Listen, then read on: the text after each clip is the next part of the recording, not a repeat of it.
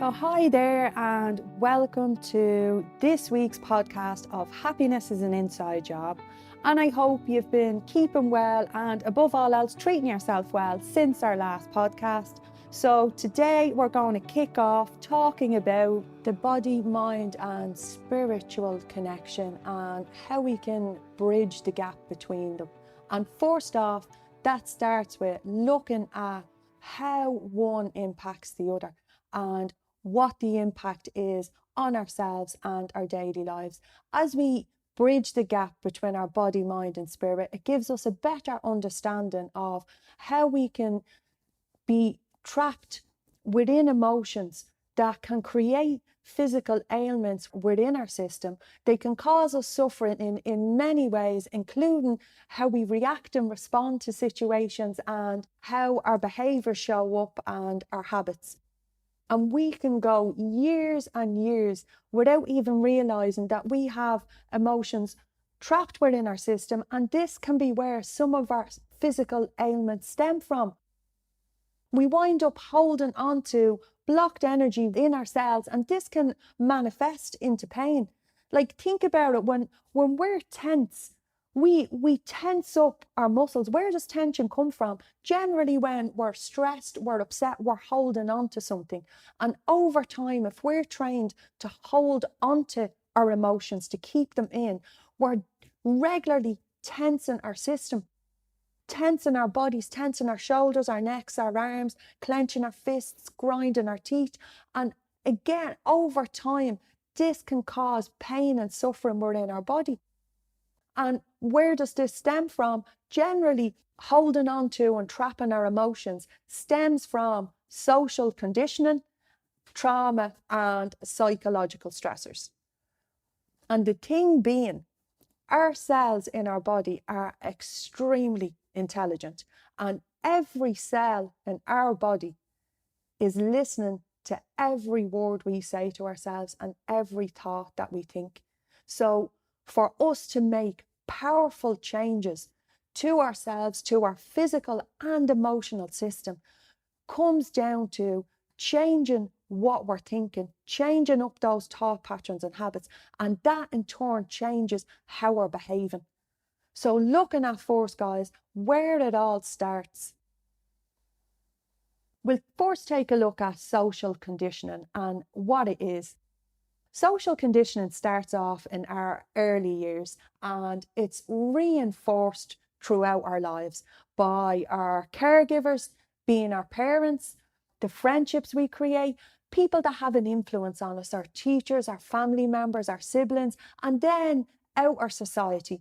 We take in social conditioning from the media we watch, from the news, from what we hear, from the talk that surrounds us as children.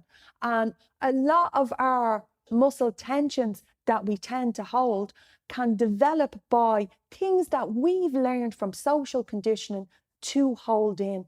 We've adopted behaviours to make us acceptable and likable, and we can often be running these behaviours, this conditioning in the background that has taught us to hold in particular emotions, hold in particular words, hold in particular behaviours.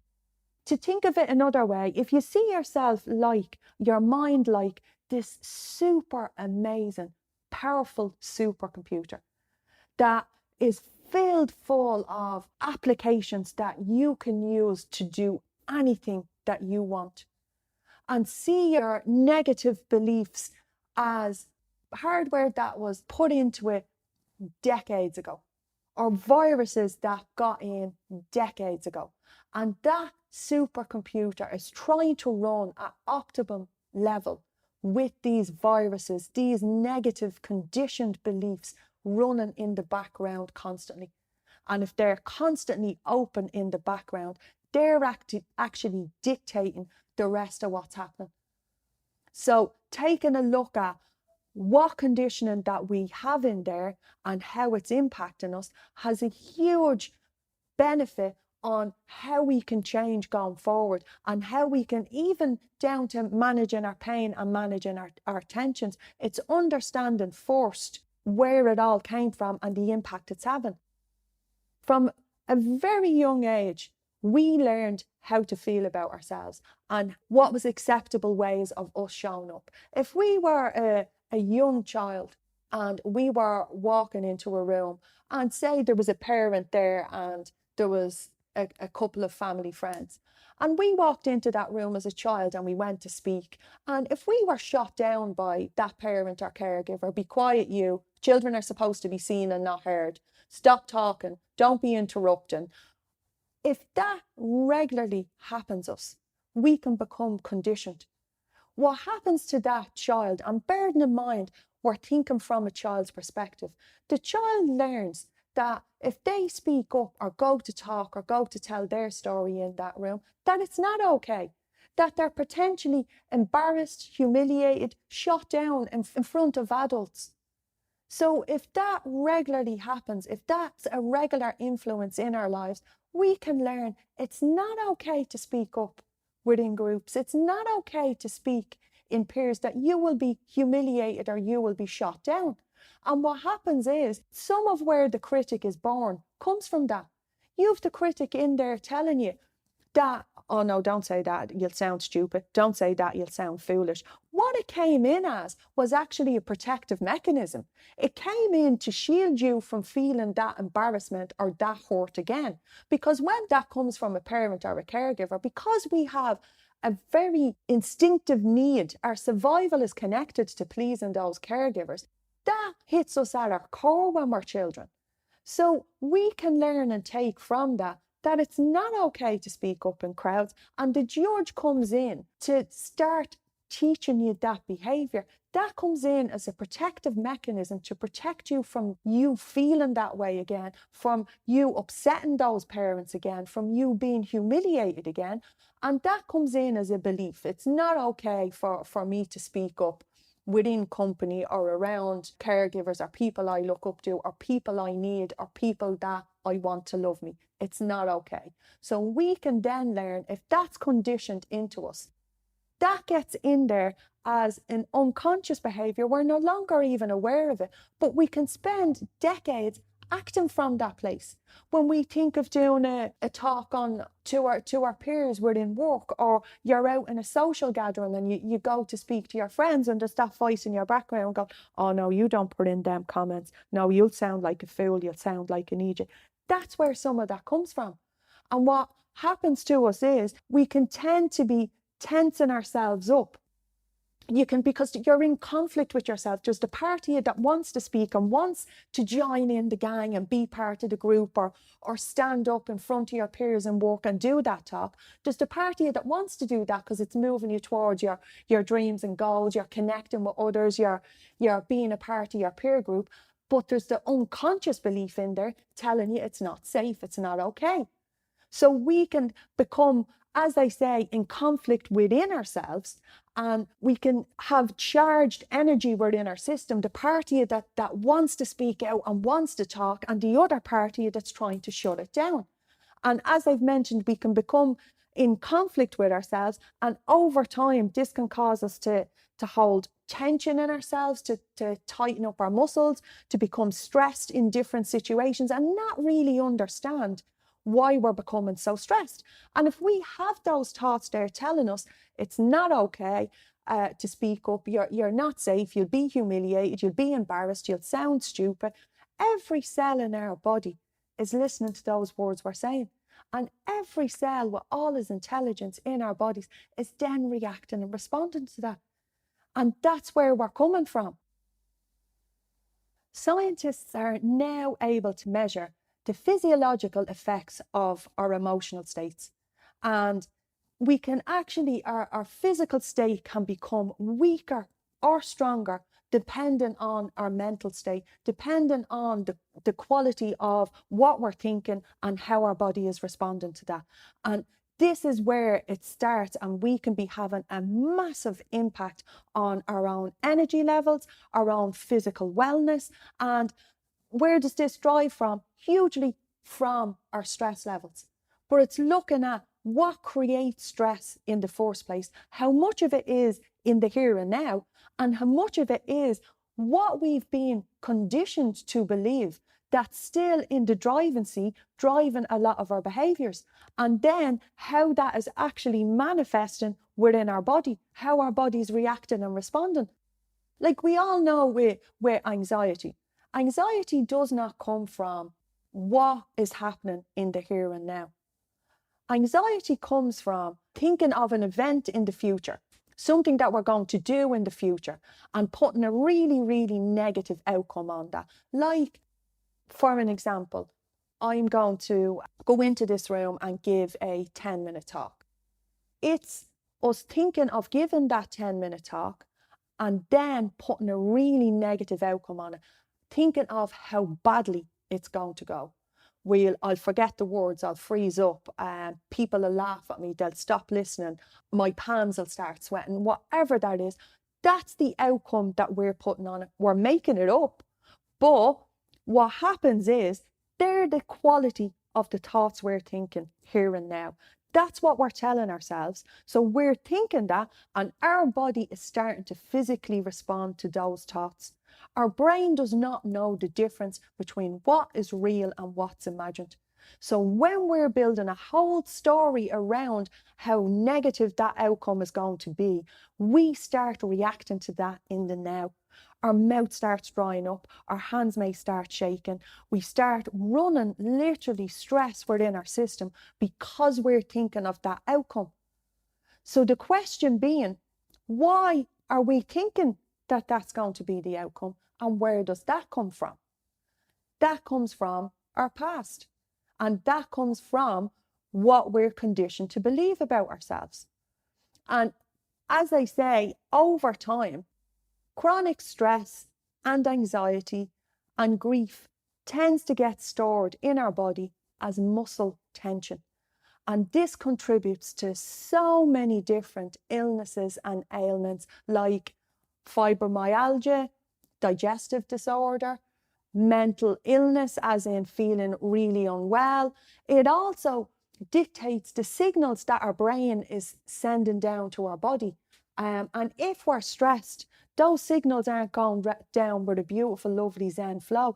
Those signals are going down really, really fast, really tense, and they're sending those signals to your body, which is messing with cell regeneration and the creation of new cells, where our body isn't functioning at optimum levels. It's functioning from a stress state, which means our blood pressure is up, our adrenaline is up, our body's gone into fight and flight mode.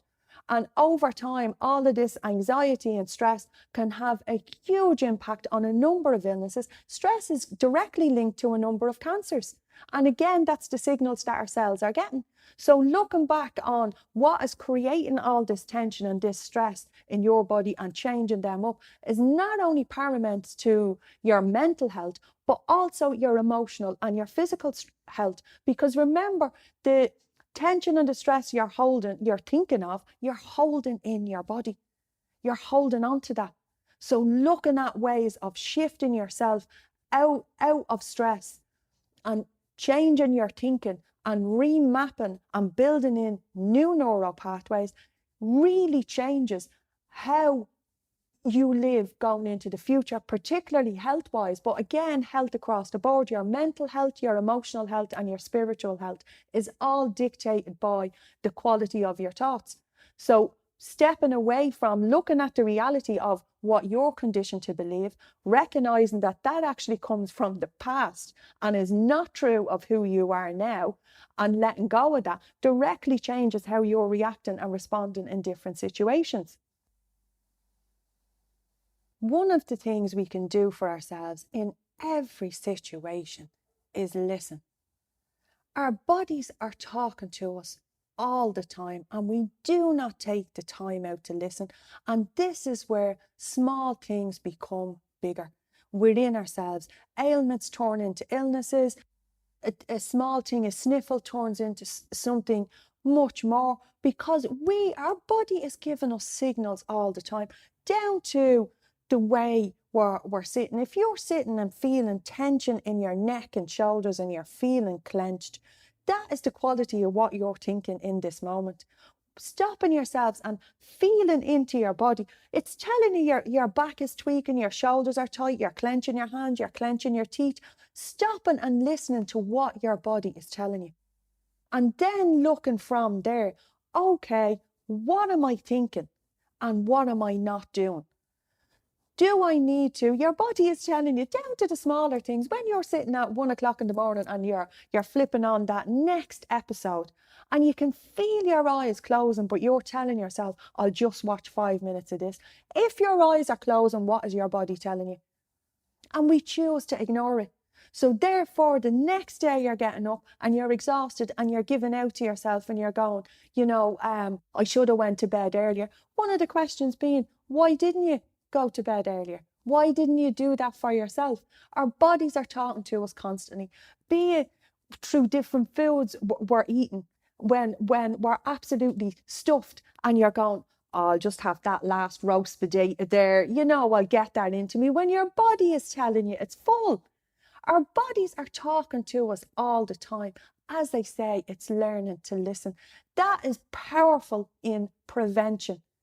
If we're regularly not listening, say that example I gave there of staying up till 1:30 in the morning, watching those episodes and numbing out, and you're not really paying attention, and you're doing that over weeks and months, over time your body isn't receiving the sleep that it needs. Even though it's giving you the signals every night, you're choosing to ignore it. Over time, sleep deprivation has an impact. Your other systems start getting tired and getting weaker. Your energy is lower. You're showing up a bit more irritated. You're more emotional. Your stress is being triggered quicker because you're not getting to process and regenerate overnight some of the things that you do in sleep. So these are the impacts, and you think about you doing that over a longer length of time, you're causing breakdown. Your body is not getting the chance to regenerate. So these are some of the things, and that's one of the things you can do in the here and now. And then we hear lots of talk about our energy being, and as I've said, it's all connected. Emotion, mind, spirit and mental. It's all connected in, and it's all a part of who we are, and we need to be working on each part of ourselves. Our energy levels tell us regularly that we're depleted, we're tired, we walk into a room and we can sense, before a word is spoken, we can sense if an argument has happened within that room. That's our energy picking up on the energy in the room. We can sense tension. Our energy being is telling us things all the time. And it's listening to what our own systems is telling us. And our emotions resonate in our system at different levels. Whether we're feeling happy and joy and love and all those beautiful emotions, where our energy is high, we're up there when we're feeling these beautiful emotions. They're top of the emotional sphere of emotions. And down the bottom are shame, guilt, and apathy. They sit down the bottom of the totem pole of emotions. And if we're regularly living in shame and guilt and apathy, these pull our energy levels down constantly. And this is what's resonating around our bodies. So as I say, it's all connected, and feeling shame and guilt directly impacts our quality of thought. So it all plays in to one another, and it all has an impact. So seeing ourselves as a whole and working on ourselves as a full mind, body, mental and spiritual being is where we achieve our optimum health, our optimum happiness and our optimum well-being. It's looking at ourselves as a whole rather than pieces of ourselves. And we can say, people, when we talk of our energy being, this is where sometimes we can start to take a bit of a step back and go, well, how do I look after or manage my energy being? And I mean, you look at the impacts, as I say, that it has. You look at the impacts that your energy over time have on your system, the emotions that you're constantly running, like the emotions that come with anxiety. Anxiety, underneath everything else, is a break in trust with yourself. You don't trust that you'll show up and won't embarrass yourself or won't humiliate yourself. That's directing and dictating the energy and the emotion that's running in your system right now. Where it's coming from is mainly your past conditioning, but that's dictating how you're showing up here and now in this moment. That's dictating the energy that you're giving out. That's dictating the energy that's running in your system, and it certainly dictates how you react and behave. Someone who's feeling really anxious in their system, your tone, your language, your thoughts, everything changes, which includes how you're speaking to people around you, how you're interacting with others, how you're going to show up in that room. Are you going to hide in the corner, or are you going to be out there? You think of the other people that are in that room. Are you as willing to walk over to someone who's standing in a corner kind of cowering away? No, you're less likely, because you're assuming, you're picking up on their energy and assuming they want to be left by themselves. So it all interplays. And then that person that is feeling that anxiety is standing in the corner of that room going, oh, no one wants to come over to me. They're already judging me. And in fact, we're creating our own reality. So as I say, it's all intertwined, and it's looking at what's creating some of these, the social conditioning, the body responses that we're having in the here and now, and looking after ourselves as a full being. And that ties back to looking at what's driving some of the emotions in our body. As I mentioned, guys, shame is one of the lowest on the totem pole of emotions.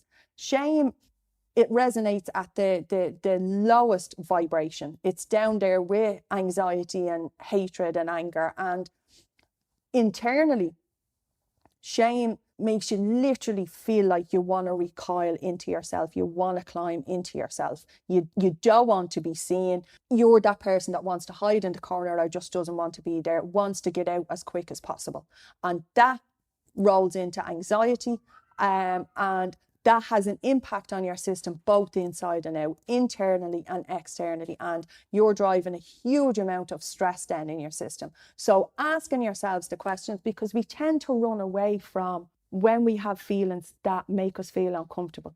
Asking yourself what it is that you're feeling ashamed about, what it is that you're feeling anxious about, and go more than one layer deep and looking at the story that you're running in your head.